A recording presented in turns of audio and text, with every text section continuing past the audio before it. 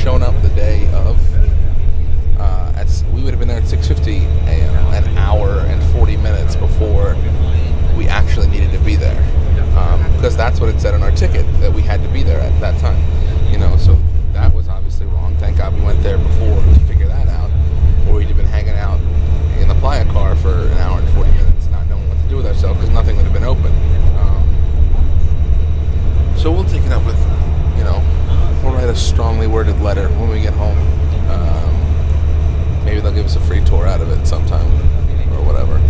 I mean, honestly, the difference in price between the two things for both of us is like $30. So it's not really that big of a deal. Plus, we still get the open bar. Really, the only thing that we don't get is the light and sound, which he told us, which we paid for. But he told us it's not really that good. It's not better than the cenote. And they don't tell you anything that you don't hear with like the hour and a half guided tour. So we're gonna opt to just stay with the bus and come back with this bus, and we'll get back at like 8 instead of 11:30. So we'll get another evening in Playa, which is cool.